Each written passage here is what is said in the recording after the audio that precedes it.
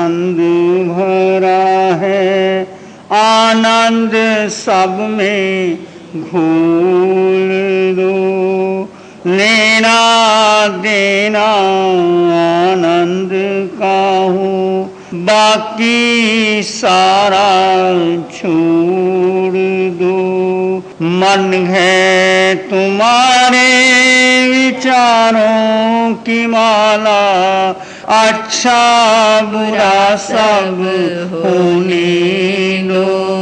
चुन लो कोई अनमोल मोती, बाकी सारा छोड़ दो। जीवन में आनंद भरा है, जीवन में आनंद भरा।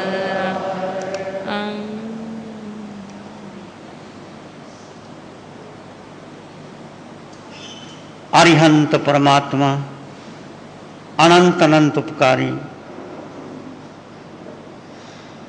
जो तीनों लोकों को एक साथ जानते और देखते हैं, जो सर्वज्ञ सर्वदर्शी हैं, जो तिन्नानंग तार्यानंग है, जो बुद्धानंग बोह्यानंग मुत्तानंग मोयगानंग, स्वयं तिर चुके हैं औरों को तार रहे हैं, स्वयं बोधि को प्राप्त हो गए औरों को बोधि दे रहे हैं, स्वयं मुक्त हो चुके हैं औरों को मुक्ति की ओर ले जा रहे हैं।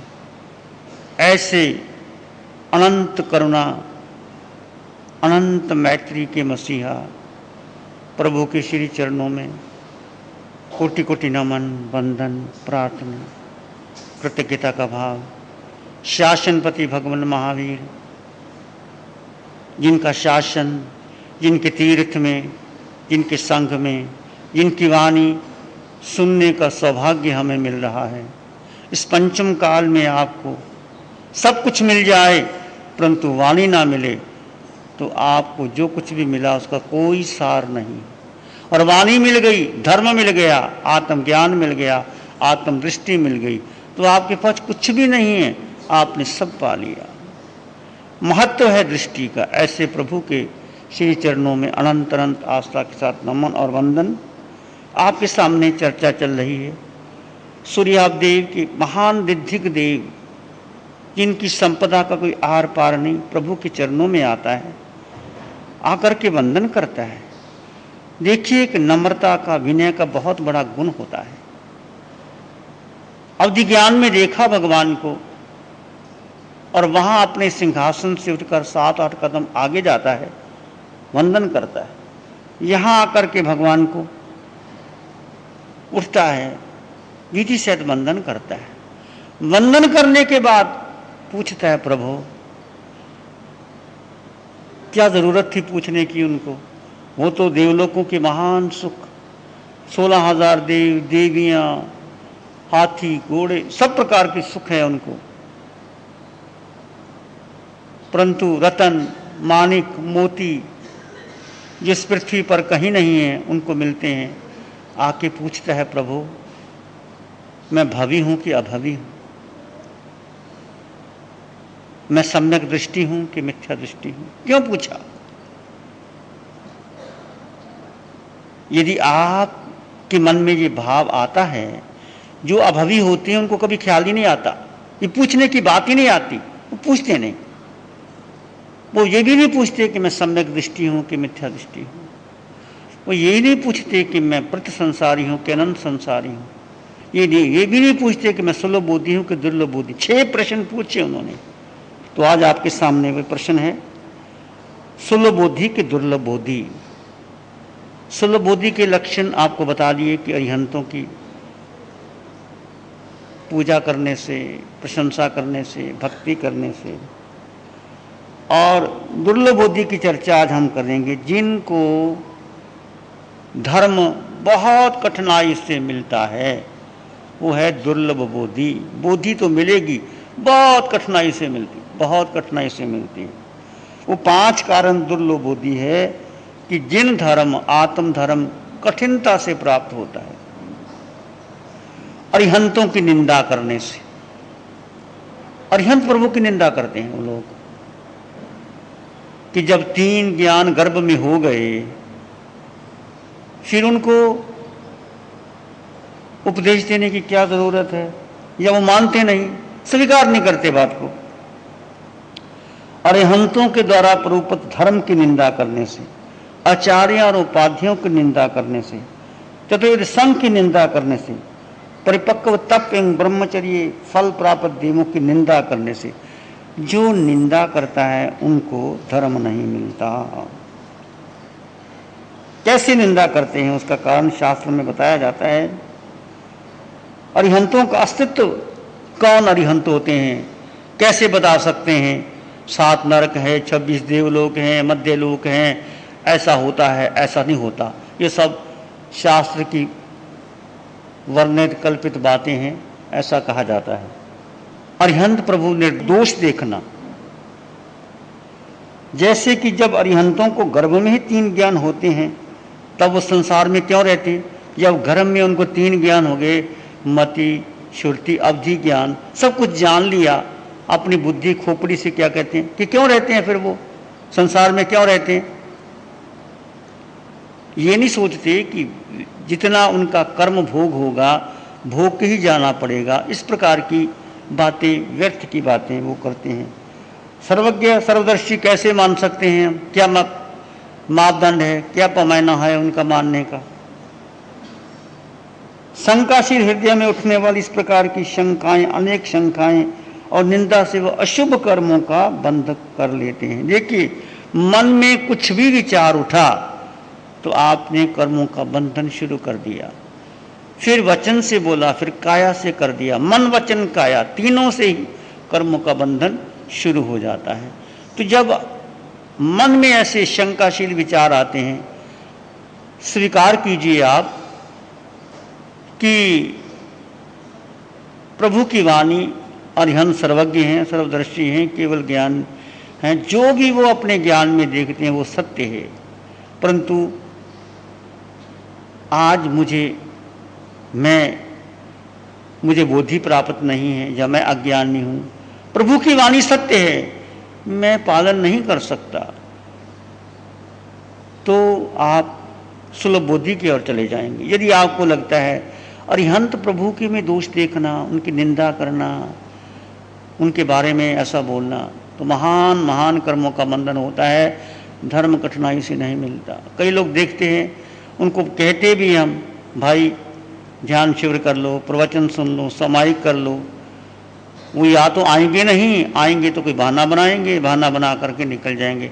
अच्छा जी, सोचेंगे, विचार करेंगे, देखेंगे, करेंगे, उनको रुचि नहीं होती, क्योंकि कर्मों का प्रगाढ़ बंधन ऐसा है। फिर अरिहंत प्रभुपद धर्म का अवर्णवाद करते, निंदा करते हैं। केली प्रभुपद धर्म 2 प्रकार का होता है, श्रुत धर्म, एक चरित्र धर्म। उनमें श्रुत धर्म है वह आपत प्राप्त नहीं है। वो कहते हैं जो सुना है, ये शास्त्र में लिखा है, ये शास्त्र पता नहीं भगवान के थोड़ा ही है, भगवान तो चले गए और बाद में लिखे गए, इसमें कितना कुछ असत्य है, कितना सत्य है, ये सब भगवान के शास्त्र नहीं है, ऐसा वो मानते हैं। कि अर्धमागधी भाषा से होने से प्रमाणित नहीं माना जा सकता, इत्यादि रूप में निंदा करते हैं। चरित्र धर्म की निंदा करते हैं, जैसे चरित्र धर्म में तो दान देना ही मोक्ष है, फिर ऐसा क्यों कहते हैं कि जनता का कोई उपकार ना करो, सीधा साधु बन जाओ। इस प्रकार केवली पूर्व धर्म में बोल की निंदा करते हैं। चरित्रशील वृद्ध, बाल, स्त्री आदि के उपकार के लिए श्रुत का निर्माण प्राकृत भाषा में हुआ है। जब चरित्र धर्म के निर्माण की प्राप्ति होती है तो फिर ऐसा क्यों लिखा, इस प्रकार की शंकाशील करते हैं। चौवस् संघस अवन्नंग वैमाने, श्रमण श्रमणे श्रावक श्राविका रूप 4 अंगों की संग की निंदा करने वाला बोधि ज्ञान प्राप्ति नहीं कर सकता। इसलिए विशेष पर ध्यान रखें आप, किसी प्रकार की कोई साधु, कोई साध्वी, कोई श्रावक, कोई श्राविका की कोई भी गलती हो जाए, जैसे आपके घर में भी आपका बेटा है, बेटी है, गलती हो जाती है, तो क्या आप उसको बताते हैं? किसी को नहीं बताते। इवन कि अपने पूरे रिश्ते नाते वालों को नहीं बताते। घर में जो सदस्य हैं वही अंदर बैठ करके चलो भाई गलती हो गई, बात को आगे ना फैल जाए। यदि ऐसा ही किसी साधु साध्वी से गलती हो जाए, किसी श्रावक श्राविका से गलती हो जाए, तो आपका कर्तव्य बनता है, गलती हो गई है कोई बड़ी बात नहीं, टू रिसीव मन टू फॉरगिव इज डिवाइन, कोई बात नहीं, उसको समझाने का प्रयास कीजिए। ये नहीं कि उसको लेकर के मीटिंगें करो, मीटिंगें कर करके पत्र छपाओ, छपा करके उसको बड़ा चढ़ा करके बात करो, पूरे भारत में फैला दो। कितने कर्मों का बंधन होता है रे। तुम अपने आप को ज्ञानी समझते हो, इससे क्या मिलेगा तुम्हें? क्या मिलेगा? जिस संत ने, साध्वी ने, किसी ने गलती की, वो तूने प्रायश्चित कर लिया, उसने आपको दंड मिल गया, उसने सब कुछ दे दिया और वो शुद्ध हो गया। परंतु जो व्यक्ति इस प्रकार अपने आप को बुद्धिमान मान करके पत्रों में, एक जगह नहीं पूरे भारत में बात फैलाता है, हमें तो करुणा आती है। कितने कर्मों का बंधन करता है और अपने आप को ज्ञानी समझता है वो कि मैं बहुत किला जीत लिया, और ये क्यों कर्मों का बंधन कर लिया? तुम्हें क्या पता उस संत ने, उस साध्वी ने या किसी ने किस प्रकार की गलती करी थी, क्या हुआ था? तुम बिना पंचायत लेकर के अपना एक संघ बना करके, अपना एक बना करके तीर्थ, उसके ऊपर ऐसी बातें करते रहते हो। इस प्रकार साधु साध्वी श्रावक श्राविका ये तीर्थ है। ये तीर्थ मेरा और तुम्हारा बनाया हुआ नहीं है, ये भगवान महावीर, ये तीर्थंकर परंपरा से चला आ रहा है। ये तीर्थ है, आप भी तीर्थ में हो। यदि आप श्रावक हैं, आप श्राविका भी तीर्थ में, यदि आप तीर्थ में हैं। साधु साध्वी, भगवान ने प्रायश्चित बताया, आलोचना बताया, प्रतिक्रम बताया, सब कुछ शास्त्र में लिखा हुआ है। उसका ढंग है, जैसे मकान पुराना हो जाता है, किसी से गलती हो जाती है, समाज में भी गलती होती है, उसका दंड प्रायश्चित होता है। या ना कि उसको फैलाते रहो और किसी संत की बनाना और किसी की ना बताना, अपनी परंपरा की रक्षा करना, दूसरे परंपरा को उछालना, ये कहाँ तक अन्याय है? न्याय कहाँ तक है? हम देखते हैं समाज में कुछ ऐसे लोग हैं जो इस बात को ही बढ़ावा देते हैं, इसीलिए बस वो उनको इसी में मजा आता है, आनंद आता है। ये नहीं पता कि आचार्य, उपाध्याय, साधु साध्वी, श्रावक श्राविका, अरिहंत, अरिहंत के द्वारा प्ररूपित धर्म की निंदा करना अनंत मोहनीय कर्म का, अनंत मोहनीय कर्म का बंध है। फिर बोधि नहीं मिलती, पता नहीं कितना भटकना पड़ता है, कितना भटकना पड़ता है। आपके सामने अभी आएगा मृगा लोढ़ा का वर्णन, किस प्रकार वो एक बहुत बड़ा मुखिया था 500 ग्राम का, और कैसे वो साधु साधियों की निंदा करता था, कर लेता था, सब कुछ करता था, और कैसे कैसे उसको भोग भोगना पड़ा। इसलिए 4 अंगों वाले संघ की निंदा नहीं करना। निंदा करना भगवान की निंदा है, क्योंकि संघ भगवान का है, भगवान के द्वारा प्ररूपित है। आर्य ओझाए अवर्णंग बहन, आचार्य उपाध्यायों का अवर्णवाद करने से, लोगों में उनकी बुराई करना, अपकीर्ति का सहयोग देना, दृष्टता से उन्हें दुर्वचन बोलना, जनता में उनके अवगुण प्रकट करना इत्यादि अवर्णवाद है। इससे जीव दुर्लभ बोधि को प्राप्त करता है। आगे विभक्त बम्बचेरेनं देवानंद उपन्निंग वह मैंने, जिन महान साधकों ने पूर्व जन्मों में संयम, तप एवं ब्रह्मचर्य की आराधना की है, उन्होंने आराधना के बल पर देवगति प्राप्त किया है। ऐसे साधना समृद्धि संपन्न देवों की निंदा करना, सम्यक दृष्टि देवों की सत्ता ही ना मानना कि कोई देवदूत भी नहीं होते, कोई रक्षा नहीं करते, कुछ नहीं होता, ये सब ऐसा बना रखा है। सम्यक दृष्टि देवों की सत्ता को न मानना दुर्लभ बोधि का कारण है।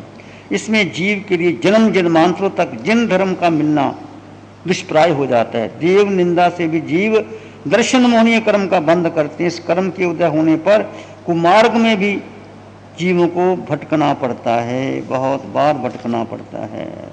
आपने सुनी होगी कथा, पर फिर भी देखिए, उस काल उस समय में मृगरा ग्राम नाम का एक नगर था, उसमें विजय नाम का एक राजा था, उसकी रानी का नाम मृगावती था, उसका एक पुत्र था मृगापुत्र, बालक था, जन्म से ही अंधा, गूंगा, बहरा, पंगु, वात रोग से पीड़ित, उसके हाथ पांव कान नेत्र नासिका भी नहीं थी, केवल उन अंगों पांगों का मात्र आकार मात्र था, कोई पांचों इंद्रियां थी नहीं, केवल आकार मात्र उनका।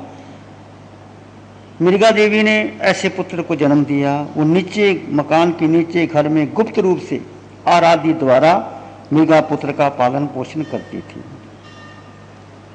जब उसका बेटा हुआ तो उसने अपनी दासी को बुला करके कहा कि इसको दफना दो, कूड़ी में दफना दो। जब वो दासी ने राजा को बोला तो राजा ने विचार किया रानी से आकर के, देखो तुम्हारी ये पहली संतान है, यदि इसको तुमने नष्ट कर दिया तो आगे संतान नहीं होगी, इसलिए मेरा विचार है इसको गुप्त रूप में अंडरग्राउंड रख करके इसका भरण पोषण करो, जो प्रकृति ने हमारा कर्म है उसका भोगे। तो राजा ने रानी को सलाह दी, रानी ने उस बात को माना। घर में कोई बात हो जाए पति पत्नी की तो एक दूसरे की सलाह करके उसको मानना चाहिए, उस बात को स्वीकार करना चाहिए। तो रानी ने स्वयं उस मृगा पुत्र था जो लोथड़ा था, दुर्गंध आती थी, उसको स्वयं पालन पोषण करती थी। तो उसी गांव में एक जन्मांध पुरुष रहता था, उसका आंखों वाला एक मनुष्य उसकी लकड़ी को पकड़ करके लेके जाता था। वो अंधा था, सिर के बाल बिखरे हुए थे, मलिन, और मक्खियों का झुंड पीछे लगा रहता था। वो जा रहा था तो उसने देखा कि कोई भगवान महावीर चंदनपात उद्यान में पधारे हैं, जनता बहुत जा रही है। तो उसने पूछा जन्मान पुरुष ने, हे देवानुप्रिय, कि आज कोई इंद्र महोत्सव है जिस कारण जनता नगर से बाहर जा रही है? उस पुरुष ने कहा, नहीं, भगवान महावीर स्वामी नगरी में पधारे हैं और अंधा पुरुष भी भगवान के दर्शन करने के लिए जाता है, उनको वंदन करता है, नमस्कार करता है। भगवान ने धर्मोपदेश दिया। धर्मोपदेश देने के बाद जनता चली गई, राजा भी चली गई। भगवान महावीर के प्रधान शिष्य गंधर्व गौतम ने पूछा, प्रभु इस नगरी में कोई और भी अंधा है, जन्मान से अंधा हो? भगवान ने फरमाया, हाँ गौतम है। वो कहता, वो कहाँ है प्रभु? भगवान ने कहा, जिसके नेत्र आकार तो हैं परंतु उसमें देखने की शक्ति नहीं, वो उसको कान के सुनने की शक्ति नहीं, बस आकार है। तो भगवान ने बताया, हे गौतम,